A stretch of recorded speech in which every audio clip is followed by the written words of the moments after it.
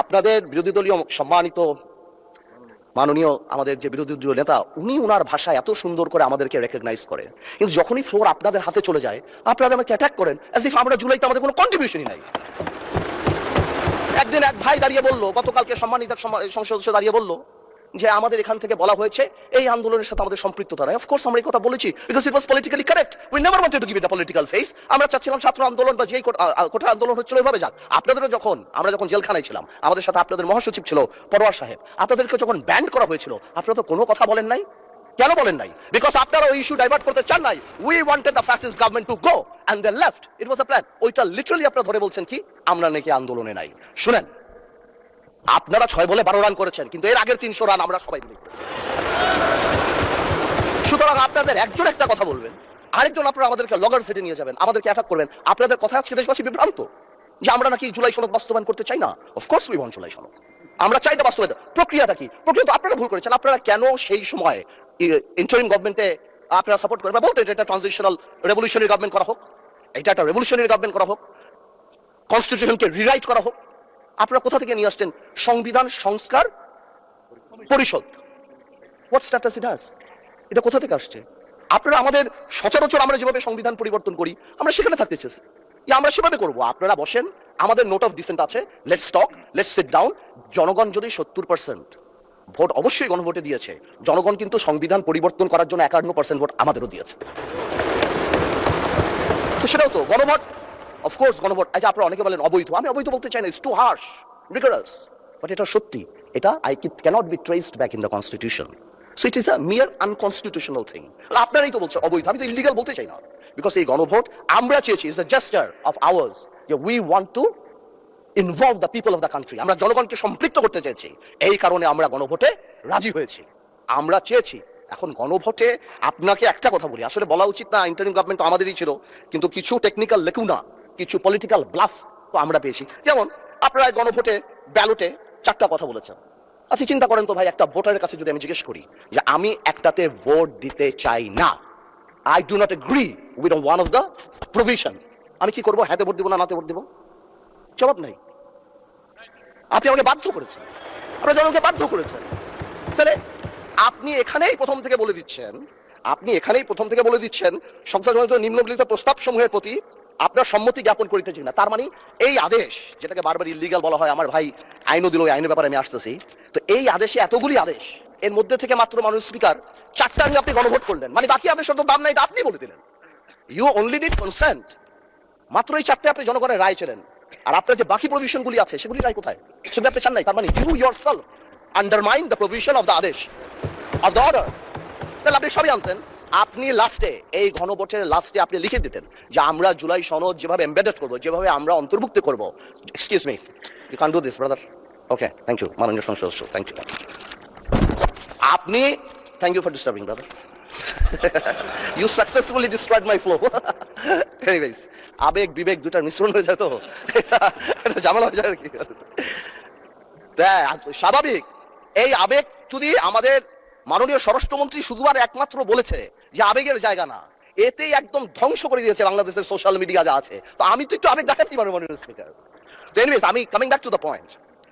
4টা প্রভিশন যে দেয়া আছে গণভোটে মাননীয় speaker, if you carefully go through peruse it, এখানে আরেকটা দিয়ে দিলেই পারতো যে এই সকল পরিবর্তন, জুলাই সনদের সকল পরিবর্তন আনা হবে এই সংবিধান সংস্কার কি বলে পরিষদ গঠনের মাধ্যমে। তাহলে তো পারবো তো সেটা আপনি করেন নাই। যখনই আপনি এটা ভোটে ফেলেন নাই, তার মানে there is option then I can overlook it and uphold the constitution of the country. এই রেভলিউশনকে আমরা শ্রদ্ধা করি। 17 বছর আমরা কষ্ট করেছি, এখানে আমার ভাইয়েরা অনেক বেশি কষ্ট করেছে। আমরা জেলে গিয়েছি, আন্দোলনে ছিলাম, 20 দলে ছিলাম, 4 দলে ছিলাম, অনেক আগে থেকে। আমরা চাই না, কিন্তু এই যে একটা প্রক্রিয়া, সংবিধানকে ছুঁড়ে ফেলে দাও, সংবিধানকে ছুঁড়ে ফেলে দাও। সংবিধানকে ছুঁড়ে ফেলবো কেন? সংবিধানকে মনে করায় দেয় যেটা 71-এর পরাজয়ের দলিল। আমি সংবিধান কেন ছুঁড়ে ফেলে দেবো? এই সংবিধান দিলে গাত্রদাহ কেন হবে?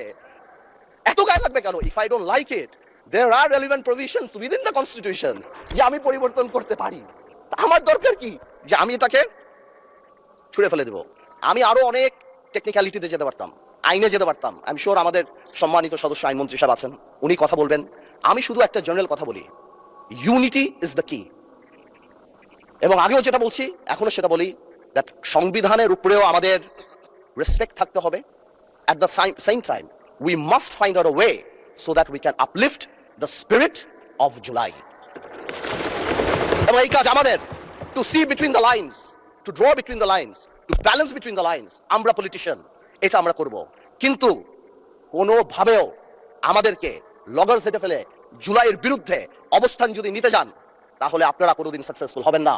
আপনারা যদি এই জুলাইয়ের উপর মাথায় কাঁঠাল লেগে, আর এনসিপি যে আমাদের দল, আমাদের হিরোরা যারা যুদ্ধ করেছেন, যারা এখানে আছেন, তাদেরকে বলে দিই, আপনারা জেনজিকে রিপ্রেজেন্ট করেন, জামাত জেনারেশন হয়ে যান না। Look at the eyes of the people. আমাদের এক ভাই বলেছিল ফ্যামিলি কার্ড, খাল খনন, তো কি পুরো দেশ স্ট্যান্ড স্টিল হয়ে যাবে? হ্যাঁ, পুরো দেশ স্ট্যান্ড স্টিল, সারাদিন আমরা এটা করব, এই আমাদের কাজ? I mean, this is absurd. আমরা অবশ্যই এটাকে করব, আমরা অবশ্যই এটাকে রেসপেক্ট করব। এর কারণ আমরা এখানে, এই আন্দোলনের কারণে আমরা এখানে হয়তো আমরা জেনে থাকতাম, but the country must move on. সুতরাং আমি যেটা বলবো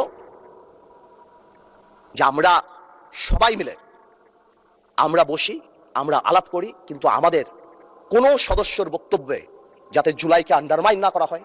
কারণ মনে রাখতে হবে, যেদিন আবু সাইদ শহীদ হয়েছিল, সেদিন চিটাগংয়ে ওয়াসিম আকরামও কিন্তু শহীদ হয়েছিল। কন্ট্রিবিউশন কিন্তু কারো কম না, আমাদের সবারই। কেউ হয়তো 2 গুলিতে মারা গিয়েছে, কেউ 1 গুলিতে মারা গিয়েছে, কিন্তু মারা গিয়েছে কিন্তু অনেকেই।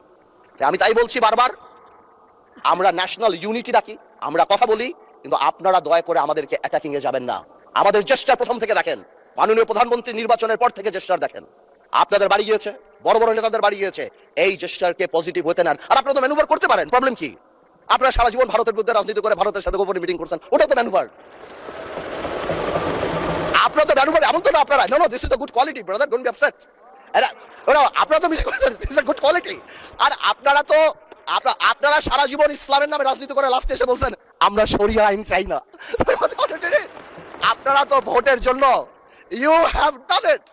আজকে প্রবলেম কি? তো আমার কথা বলে একটু ম্যানুভার করেন, সংবিধানটাকে আমরা রেসপেক্ট করি, জুলাই সনদকে আমরা রেসপেক্ট করি। ইনশাআল্লাহ, since we have good spirit, we have good intention, আমরা পজিটিভ ভালো কিছু নিয়ে আসবো। এবং আমি আপনাকে বলে দিচ্ছি, যদি জুলাই সনদের বিরুদ্ধে আমরা স্ট্যান্ড করি, এরা স্ট্যান্ড, আমাদের ঐক্য স্ট্যান্ড করে, আমি আন্দালিব রহমান পার্থ তার বিরুদ্ধে দাঁড়িয়ে কথা বলবো ইনশাআল্লাহ। But you don't dictate us the প্রক্রিয়া, the system, how we do it. যেভাবে হবে সেভাবে আমরা করব, সংবিধানকেও রাখবো, জুলাইকেও সম্মান করব। মাননীয় স্পিকার, কিছুক্ষণ আগে আমাদের সর্বশ্রদ্ধেয় মাননীয় সংসদ আন্দালিব রহমান পার্থ যখন বক্তব্য দিচ্ছিলেন, উনি যখন বললেন যে সংবিধান যারা ছুঁড়ে ফেলতে চায় তাদেরকে স্বাধীনতা বিরোধীর সাথে উনি অ্যালাইন করলেন, ট্যাগ করলেন মাননীয় স্পিকার। এবং তখন ট্রেজারি বেঞ্চের সম্মানিত মাননীয় মন্ত্রী যারা ছিলেন তারা সেটাকে টেবিল চাপড়িয়ে সেটাকে সমর্থন দিলেন। মাননীয় স্পিকার, গণতন্ত্রের জন্য যিনি আপোষহীন লড়াই করে গিয়েছেন বেগম জিয়া, উনি বলেছিলেন যেদিন জনতার সরকার প্রতিষ্ঠিত হবে, যেদিন এই পার্লামেন্ট জনতার সরকারের কাছে যাবে, এদিন এই সংবিধানকে ছুঁড়ে ফেলা হবে। ট্রেজারি বেঞ্চের যে মন্ত্রীরা ছিলেন তারা দীর্ঘদিন, তাদের সারা জীবন তারা বেগম জিয়ার সাথে রাজনীতি করেছেন। এই সংবিধান ছুঁড়ে ফেলার সাথে স্বাধীনতা যুদ্ধাপরাধীর অ্যালাইন করার যেটার হাততালি তারা দিয়েছেন, সেটির মধ্য দিয়ে বেগম জিয়াকে তারা মূলত হচ্ছে অপমান করেছেন কিনা তারা সেটা ভেবে দেখবেন। মাননীয় স্পিকার, আমি বক্তব্য দেওয়ার জন্য অনেক কিছু রেডি করে নিয়ে এসেছিলাম।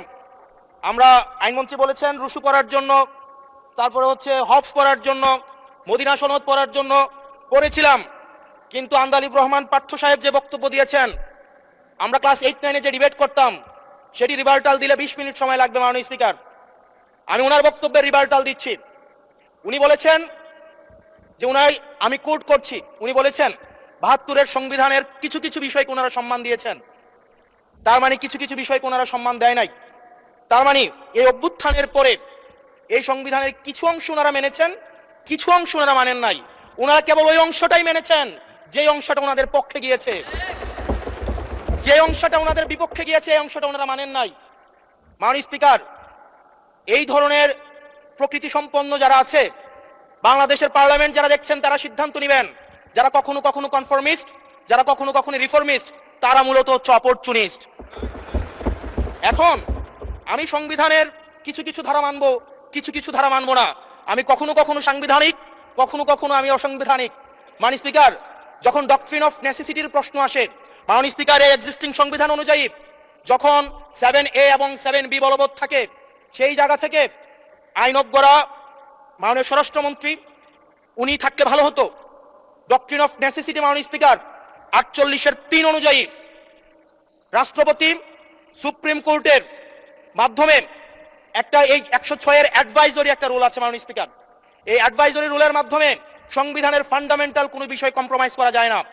মাননীয় স্পিকার, যদি আমি এই সংবিধান মানি, তাহলে এই অন্তর্বর্তীকালীন সরকারের বৈধতা প্রশ্নবিদ্ধ হয়। মাননীয় স্পিকার, মাননীয় স্পিকার, যদি এই সংবিধানকে আমি ধারণ করতে চাই, মেনে চলতে চাই, সেদিন 64 বিধি অনুযায়ী অ্যাটর্নি জেনারেল নিয়োগ দেওয়া হয়েছিল 6 আগস্ট। মাননীয় স্পিকার, এই সংসদে প্রশ্ন রাখতে চাই, তৎকালীন বর্তমান রাষ্ট্রপতি চুপ্পু, তখন বলা হয়েছে অ্যাটর্নি জেনারেল নিয়োগ দেওয়ার ক্ষেত্রে প্রধানমন্ত্রীর সাথে আলোচনা করতে হবে।